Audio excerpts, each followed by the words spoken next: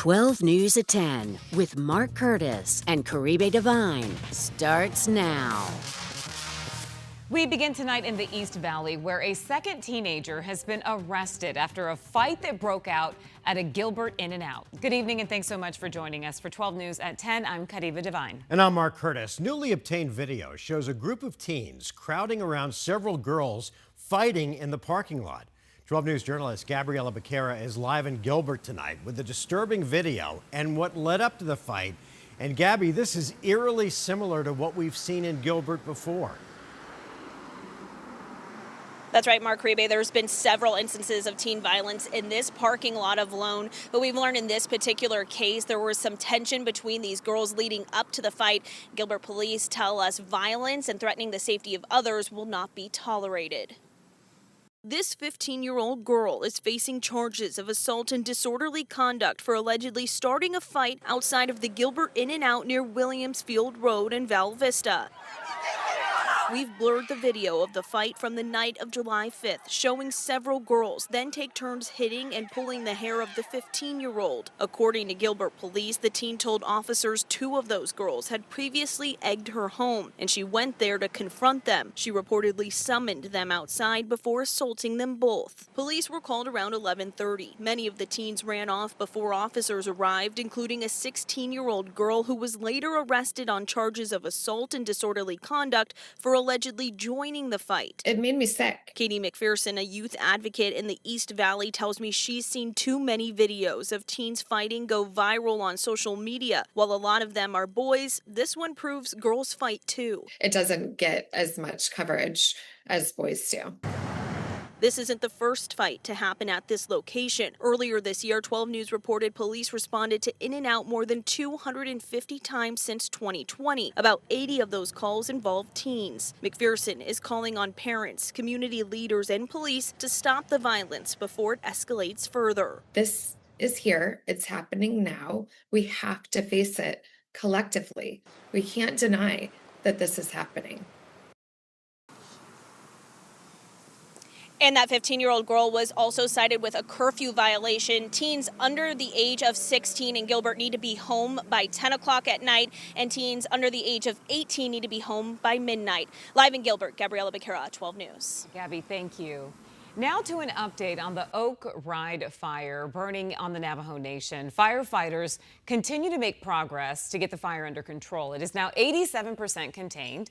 The fire has burned just over 11,000 acres. Fire crews are now focused on responding to any hot spots that pop up. And while they have made lots of progress, officials warn that wildfire risk remains high due to weather and fuel conditions in the area. The cause of the fire is still under investigation. Another round of extreme heat is on the way. Meteorologist Lindsay Riley is here with our weather impact forecast.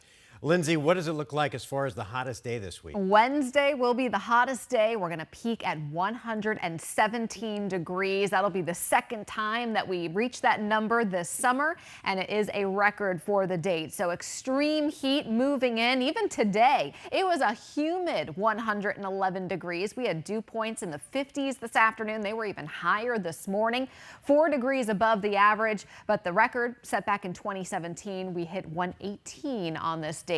Now, Tuesday, Wednesday, and Thursday, those are going to be the 3 days where we have an extreme heat warning. You're going to want to stay indoors, limit time outdoors, especially during the hottest part of the day. We typically reach our high between 3 and 5 in the afternoon.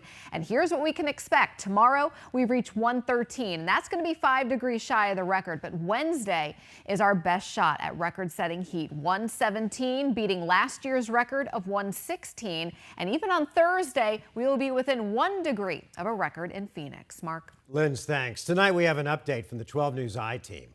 A property management company is changing course after the I-Team exposed that it was fining residents for leaving negative reviews online. The company had a non-disparagement clause in its lease, and the federal government said clauses like that aren't legal. I-Team reporter Bianca Bono is here with us live in studio tonight. Bianca, you talked to a representative from the Federal Trade Commission.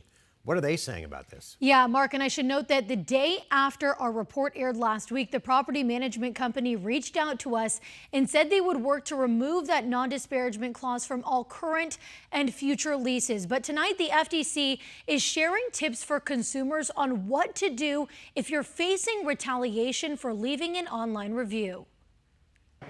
The FTC, as a general matter, is the nation's consumer protection agency. Carl Settlemyer is an attorney with the Federal Trade Commission's Bureau of Consumer Protection. And since 2016, they've been enforcing a statute passed by Congress called the Consumer Review Fairness Act. It makes it illegal for a company to use a contract that imposes a penalty or fee against someone who gives a review. When a seller can stop one consumer from telling another consumer that the business is not offering good services or is up to no good in some way, that hurts the next customer. The FTC has taken enforcement actions against several companies, including a property management company that had a non-disparagement clause in its contract, and a vacation rental company that's contract claimed to prohibit any review less than 5 stars. Companies in violation can face financial penalties and a federal court order. So that can add up quickly if a company's trying to use a lot of contracts, for example,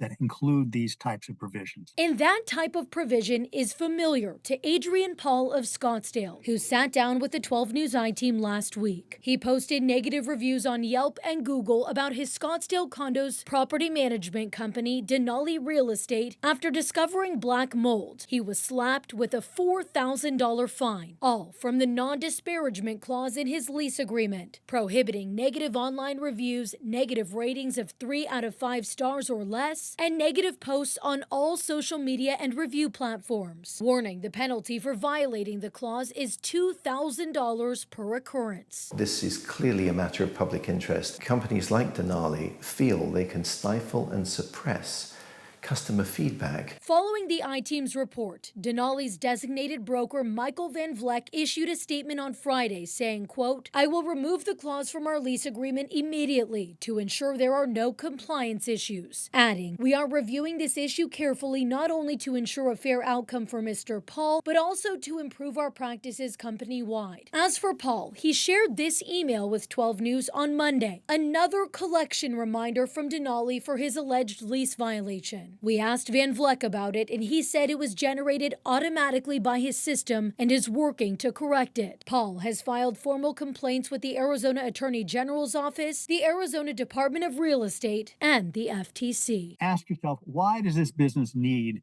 a gag clause?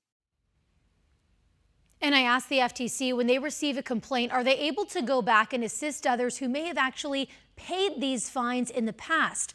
Settlemyer said their investigations are thorough and can look back at a number of years, but added state attorneys general can also bring lawsuits to get that monetary relief. We're live in studio tonight. Bianca Bono, 12 News. All right, Bianca. This story originated as a tip that was sent to the 12 News I-Team. If you have a story you'd like us to look into, just send an email to connect@12news.com. A worker is dead and 2 others are recovering in the hospital after a bee attack in North Scottsdale. It happened at a retirement community near Scottsdale and Pinnacle Peak Road. We're told that 3 workers were on the roof when they were swarmed by bees at this retirement community called V at Silverstone. Fire officials say that the person who died had too many bee stings to count. We spoke to a doctor at Valleywise Hospital who believes that hundreds, maybe even thousands of bees went after them. The deaths from these, where they get massive amounts of stingers, when they get hundreds of them, usually it's from this multi-system organ failure. If you had an allergic reaction and you had hundreds, you'd be dead pretty quickly. Police haven't said if the victim who died was allergic. Officials also released the names. They have not released the names or conditions of the workers who were injured. Happening tomorrow, the Mesa City Council is expected to vote on creating a special recall election for a councilwoman, Julie Spilsbury. If the council approves the resolution, voters in District 2 would decide this November whether or not to replace her. She's faced a lot of backlash among fellow Republicans for supporting Kamala Harris in last year's presidential race and Ruben Gallego in the race for Senate. Tomorrow night's council meeting begins at 5:45, and 12 News will be there. Still ahead.